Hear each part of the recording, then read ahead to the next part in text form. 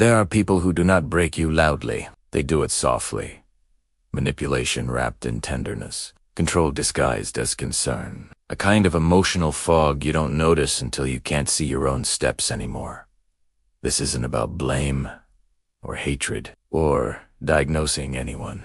This is about understanding the patterns that dim your inner light, so you can return to yourself gently, without shame. Narcissists don't just use words. They use your longing to be loved, your hope, your softness, your desire to be understood. Here are the quiet weapons they often wield and what a stoic heart learns from each. You're too sensitive, a dismissal disguised as feedback. Not an observation, a silencing. They want your intuition muted, your hurt minimized, your reality questioned. Because if they can make you doubt your own feelings, they can make you doubt your own truth. But a Stoic remembers, sensitivity is not a flaw. It is perception. It is awareness. It is the early warning system for danger, tenderness, and meaning. You are not too sensitive. You are simply someone who has learned to feel deeply in a world that often prefers numb. I never said that, even when they did. Exactly that in word for war. This is the gentle cruelty of gaslighting, a war waged on your memory, so you'll reach for theirs. Narcissists want you unstable enough to use them as your anchor, but Stoicism teaches something quieter, something sturdier.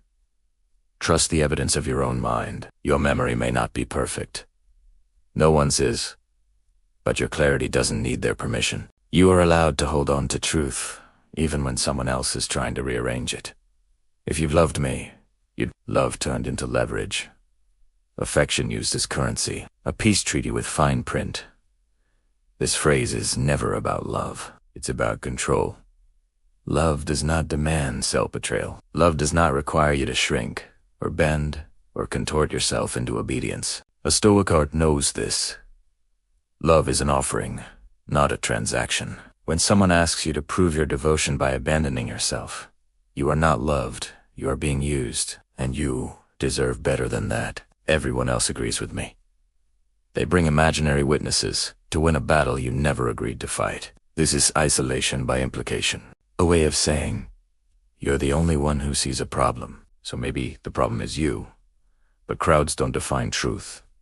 Consensus does not create morality. Even if the whole world is nodding, you still have the right to stand with your own conscience.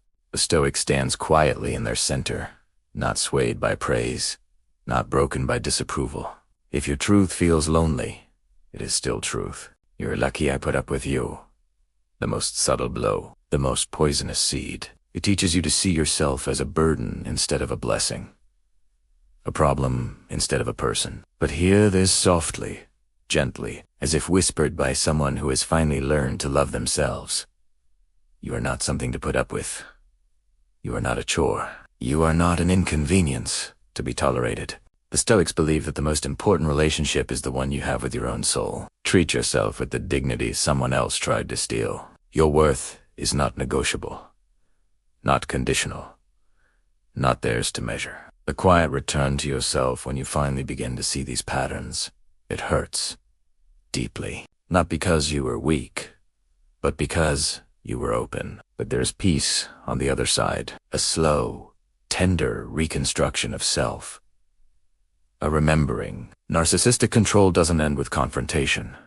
It ends with clarity, with boundaries whispered, not shouted, with the soft courage to walk away from what harms your spirit and toward what nourishes it. You don't heal by winning against them. You heal by returning to yourself. Your sensitivity. Your sensitivity. Your values, your truth. Your worth, all waiting for you.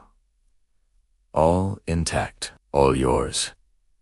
And in that return, quiet, steady, resolute, you become someone they can no longer control. Someone who sees with clear eyes and lives with a calm heart. Someone free.